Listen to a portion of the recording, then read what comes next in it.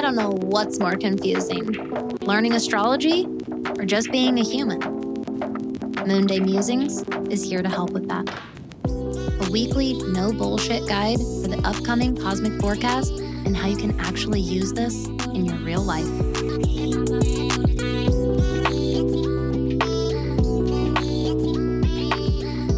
Hello, neighbor. Happy Monday and happy Moonday, my friend. Welcome to an extra special spooky moon day as we are heading closer and closer to Scorpio season and Samhain and All Hallows Eve. Oh, can you feel it in the air? Can you smell it in the air around you? Oh my God. I think part of the reason October is my favorite month is honestly how it smells during October. And I love when I get a smell in the air outside of something that makes me go, oh my God, I knew I smelled that in childhood. Like I didn't make it up. Like it was real because I can smell it again right now. Oh, it's so magical. Such a magical time of year. This, my friend, is the Moonday Musings Astrocast and tarot reading for the week of October 20th. Now, if this is your very first Moonday Musings episode, my goodness, welcome, neighbor. I'm so glad that you found our witchy little neighborhood here. I'm Danny. I'm that witch next door. I'll be your host, your guide, your mentor, instructor, your spiritual bestie in all things modern witchcraft and cosmic living. And on the main Astro News and Tarot reading episode of Moonday, we get right down to the brass taxes, go through the astrological highlights, and then we pull a reading from our guides collectively that I find always just really rounds out our astrology reading very, very nicely. So let's dive right in because we have plenty that we can chat about this week, astrologically speaking, my friend. So first up is tomorrow is the last day of Libra season, and it is also our new moon in Libra. Now, the new moon portal opened up yesterday, Sunday, October 19th, when the moon moved into Libra at 12:01 a.m. Eastern time. So depending on your time zone, that could have fallen on the 18th or the 19th of October. And then our new moon peak is at 28 degrees Libra. This is going to be at 8:25 a.m. Eastern time tomorrow, October 21st. And that new moon portal is going to close tomorrow morning, actually, Eastern time at 11:42 a.m., almost afternoon. And that is when the moon will move into Scorpio. Now, keep in mind, I love going through the astrological portal like that because that's one of the beauties of astrology is getting to see that minute mark like that.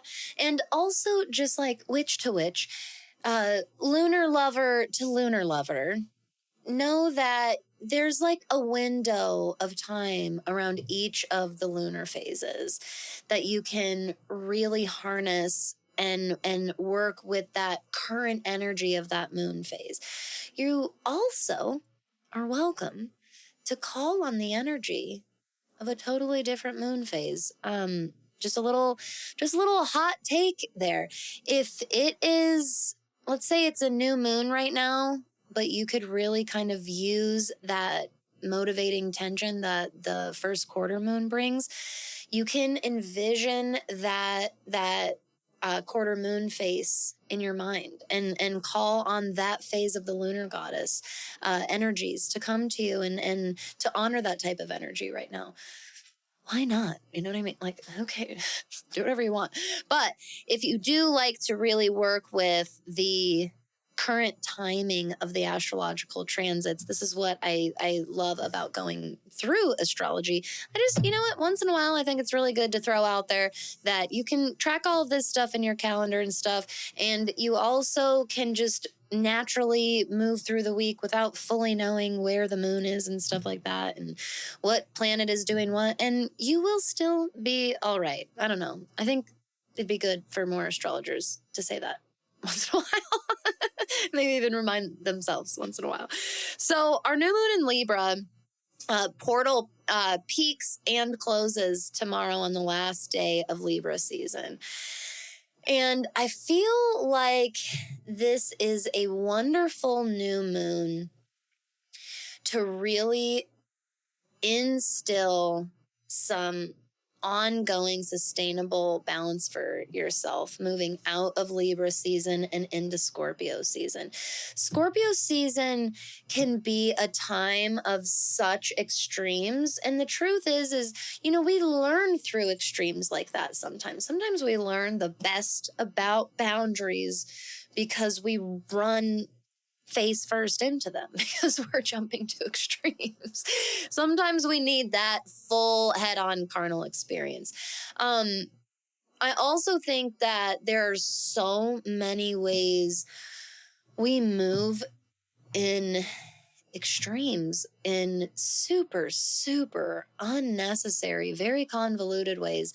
And this Libra new moon being the last day of Libra season would be a gorgeous way of asking that beauty of Libra, of Venus ruled Libra energy to help you carry some of that appreciation for slowness, for taking your time, for appreciating the beauty, for appreciating the love, for appreciating the hope and connection in our world, and carrying that with us into the intensity of Scorpio season. May it help us navigate and maybe even fully let go of or remove ourselves from totally unnecessary extremes, those ups and downs, those spikes that you realize after you're like, God, I overreacted. Wow, that was really unnecessary. Wow, I really took it to the extreme. Wow, I really went 0 to 100 on that one. Let's see if maybe we can call on some of the natural harmony of the Libra scales to follow us into Scorpio season. If you're not on YouTube, you don't know that I was doing extremes, ups and downs with my hand gestures. And if you like listening to the podcast, you'll probably like watching the YouTube even better because I am an animated speaker. Now, really cool this week. We talked about this on the first moon day of the month, our cosmic energetic overview for October. Tomorrow, Wednesday, the 22nd, is both the first day of Scorpio season, and on this same day, Neptune, who has been retrograde in Aries, giving us some previews into what our Neptune and Aries chapter will be looking like. But we're not officially into our Neptune and Aries chapter just yet, because also tomorrow on the first day of, on Wednesday, on the first day of Scorpio season, Neptune is going to continue its retrograde and actually go back into Pisces. And we're going to do a little bit more Neptune and Pisces work before we do officially head into our Neptune in Aries chapter. So Neptune will be retrograde for a little while longer. Here we are. It is going to station direct December 10th this year. And then it will officially move into Aries January 26th, 2026. How magical of you, Neptune. Shocker. Neptune represents our relationship and connection to spirit, our concepts of spirit, spirituality, creator, the universe, our existentialism, honestly, in a lot of ways, our existential thoughts and philosophies and how we approach any of that, and therefore how we enact it or embody those beliefs and those philosophies. No matter what they are, it's in your Neptune placement. Whether you are religious or atheist or anything in between and outside, that is your Neptune placement. It really describes your connection to God, to spirit, and the nature of how you envision that, and therefore how you go about it. It is a generational planet, meaning it's often something we have in common with or we're influenced by as an entire generation. And so therefore we hold this basic type of belief. Okay. When Neptune dips back into Pisces, I have felt very strongly this surfacing of re-invitations back to some type of ritualistic practice, whether that's spiritual or not, but invokes a spiritual experience within us.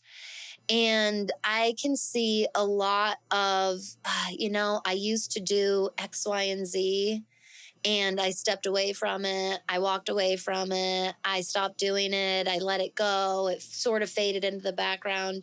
But lately I've been really feeling like picking it back up again. But lately I've been really wanting to learn more about it again. But lately I've been wanting to come back to it in a whole different and new way. That is like totally Neptune retrograde returning back into Pisces. There is this opportunity to do some reworkings and redefinings and reconstructings around maybe practices or philosophies that were kind of there for us, but not quite all the way there for us.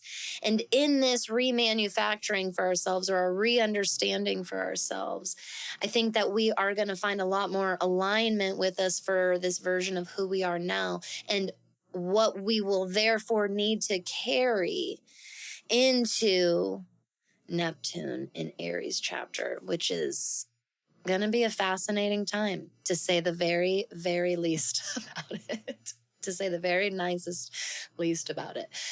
Just kidding. There's plenty of really cool things that will come from Neptune and Aries, and there's plenty of super intense things that will come from it. But we will cross that bridge when it comes again, my friend. Now, we also have Mercury starting its pre-retrograde shadow period this week. And I don't want you to overthink this too much. I just want you to be aware that we are upon Mercury retrograde season. And this is one that will likely bring lessons and themes, or bring up events and experiences for us that surface feelings of like kind of feeling particularly off our game, a little bit out of our element, dare I say a bit extra uncomfortable, maybe even feeling a bit misunderstood, miscommunicated, misrepresented. That's probably going to be a really big one, especially through your mistakes. So I want you to start this week asking for a little bit of extra patience and grace with yourself when you're having big, hard feelings. And dare I say, have a little bit of that same consideration for your fellow neighbor. Because this is a collective transit, and so there will likely be lots and lots of us feeling the starts of that wonkiness and that off-kilterness. And you know what? What the hell? Maybe the more of us that ask for a little more patience and grace with ourselves and the community around us, the more we will inspire that in a world that needs it more and more and more. Now, my friends, it is time to get ready for our card reading, which I am so excited to pull out the Halloween Tarot deck this week. One of my very, very favorites. Before we do, I want to take a moment to thank our episode sponsor, Podzilla Productions. Podzilla is my husband Jared's podcast editing and production company. Now, Jared has well over 17, going on 18 years now of experience in mixing, editing, producing audio and music and podcasts. And he is absolutely, I can attest to the fact that he is a perfectionist who truly believes in bringing top quality professional editing and producing services to the dedicated podcast host who might not necessarily be making as much from their show as some of the really big names out there. You deserve high quality audio without wasting hours and hours of your precious, valuable time to have the quality podcast that you deserve, that you know really does come from here. Stop using all of that wonderful content creating time with having to DIY and research and spend hours fixing or trying to understand or get just right these episodes, that all of that adds up to hours, eventually days and weeks of your time. Let somebody more experienced and a hell of a lot faster and very affordable do it for you. You can visit podzillaproductions.com to learn more or reach out to Jared directly with the information in the show notes below. And now let's get into our Halloween tarot reading. We'll probably just use this deck for the end of October. But I love this deck so much. Jared actually gave me this deck many years ago now. Almost 10. He gave this to me 9 years ago, actually, which is so funny. Now, I have a good feeling, at the very least, that we're going to get the truth that we most need at this time. So I invite you to kind of roll out your shoulders, stretch your arms, your legs, twist your ankles and your wrists. If you need to close your eyes and take some nice deep breaths, you can even pause this episode or this video right here and give yourself as many luxurious moments as you need to breathe and reset your energy and to open yourself up to any messages, any insight, any guidance that you may be needing or seeking at this time. This deck has always handed it to me. And boy, oh boy, are we getting it handed to us today. Who jumped out at the end? All right, this is kind of cool. We start out getting a little slammed, but then we really find our way. Then it gets really uplifting. Okay, so right off the bat, we had Strength reversed come through. Now, here's what the card looks like in its upright position. I love the Strength card in this deck. The lion looks particularly like Aslan, the lion in the Chronicles of Narnia to me. And I also love that the figure is depicted as a female presenting lion tamer, or more dressed as the, what's it called? You know, the conductor of the circus. Oh my God, this is going to drive me nuts that I can't think of what it's called. You know, the main person in the circus. Kind of both. The presenter, is it called? It's not the conductor. This is going to piss me off because I know exactly what it is. Hold it. Let's see. The ringmaster. That's exactly. I knew it was going to come to me and I knew it was going to piss me off. Okay. Both dressed as ringmaster and lion tamer. In every single card of the Halloween tarot deck is the little black cat. somewhere depicted in the image, which is meant to represent like your spirit team, your spirit allies. This little support, this little shadowy support that's following you no matter where you go and no matter what stage of life you're in and no matter what state you are personally in. So we got strength in reverse. And I, right off the bat, felt like, it feels hard to really tap into that energy right now. It's there. Whew, I could like feel that tightness.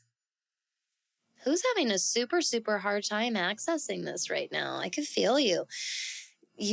There's a really tough time believing that you have this to tap into. Now, that makes a lot of sense. We've got Page of Pumpkins reversed, which is Pentacles in this deck. Now, the Page of Pumpkins, beautiful, beautiful card when it's in its upright position. The figure almost looks like Wednesday Addams, but dressed in red. Isn't that cool? Now, Page of Pumpkins reverse tells me that there is some insecurity right now, potentially some financial insecurity, and that is really contributing to this. Financial security is the surface. It's the start of the fear and the insecurity. At the root of it is threat to security.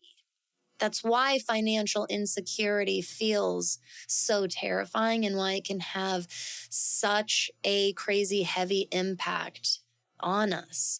And that ability to believe in our inner strengths, in our inner courage. Right after this, though, came the Six of Bats. In this deck, the bats are the swords, the air energy. And the Six of Swords, or the Six of Bats, as you can see, we got this in its upright position. I love that the person rowing the boat is a pumpkin head.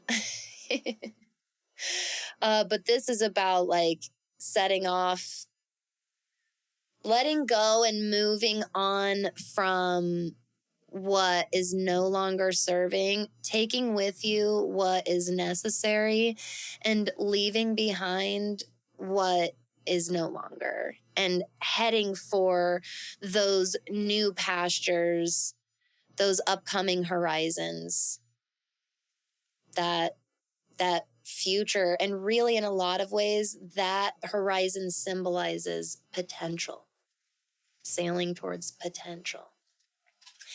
I was only planning on pulling 3, but a 4th flew out at the very end, right into my lap. And I pulled the 9 of Imps, which is the suit of Wands in this deck. And the 9 of Imps came through, fiery and strong. That the Imps are a perfect representation for the fiery energy of Wands. And you can see just so much of that and feel so much of that in this cards. It's just these 9 Imps and these strong, tall, standing flames on these torches that they're holding. And remember that we've got that spirit ally that we've seen all throughout every single card that we've pulled. It's kind of like this ending energy of the reading is this igniting of fire. And I love this because the Strength card is associated with Leo and solar energy. And fiery energy is a wonderful way to nurture a Strength in reversed card. It's almost like medicine for our first 2 cards. Our last 2 cards feel like direct medicine and guidance for our first 2 cards. This really having a very, very tough time believing in even believing in even having any strength or courage to tap into, which might be feeling very rooted in some very tangible insecurity right now. So that might look like financial insecurity and financial stress for you. That might look like job stress, whether that's just stress and complications and problems and struggles you're having at work, within career in general, career decisions, could be within the home, the structure of your home. Those could be the relationships are the structure of your home, but that could also be very literal, tangible, your house. You could be having house insecurity for, again, a multitude of reasons. There is this very tangible insecurity, which is truly at the root of it a fear of or a feeling of a threat to security, which is, again, very, very daunting to be walking with, that fear of threat of security, or having a very literal threat to security happen type of situation among you right now. 6 of Bats comes in and specifically says, immediately let go of and move on from the unnecessary. Cut off the dead weight and move forward. Use the blades of the swords of the Bats, right? The air energy to just cut right to the truth, cut right to the core of it. Let go of excess cargo, no longer necessary, right off of the bat. Right off the bat. Look at that pun. Pun unintended. So that you can lighten your load and immediately release as much unnecessary stress as possible, which directly clears pathways to more effectively cope with the very real stress that you are experiencing that does need your focus and attention right now. And finally, let's fire up our engines here. Let's remember how much we've accomplished and how far we've come. Maybe really look back at the past versions of you that have been a fighter and a warrior and has come through adversity and challenge, be it gracefully or not. You came through it. You're here right now. You're telling the story right now. Maybe retell yourself, your story a little bit right now in a fiery way. And I wonder if that's going to bring us back to our courage, our strength card. Help us find it and tap into it a little more. Help us tackle this threat to security a little more effectively for ourselves. What a good one this week. Really loved our reading and always enjoy my time with you, neighbor. This has been such a fun freaking month so far here on the podcast, and we have so much more October goodness to get into. I can't wait to see you next time, my friend. And until I do, make sure you stay safe, have fun, and of course, stay magical out there. You are a big fan of That Witch podcast and everything we do here in our witchy neighborhood, I would be so grateful if you could head over and give us a 5-star review on Spotify and Apple Podcasts. This is something that helps boost our reach for the show, and it lets so many others know that what they're getting here at That Witch podcast is really, really good quality stuff. It only takes a couple of minutes and it's totally free, and it makes a huge, huge difference from one witch to another. Thank you so much for your support, neighbor.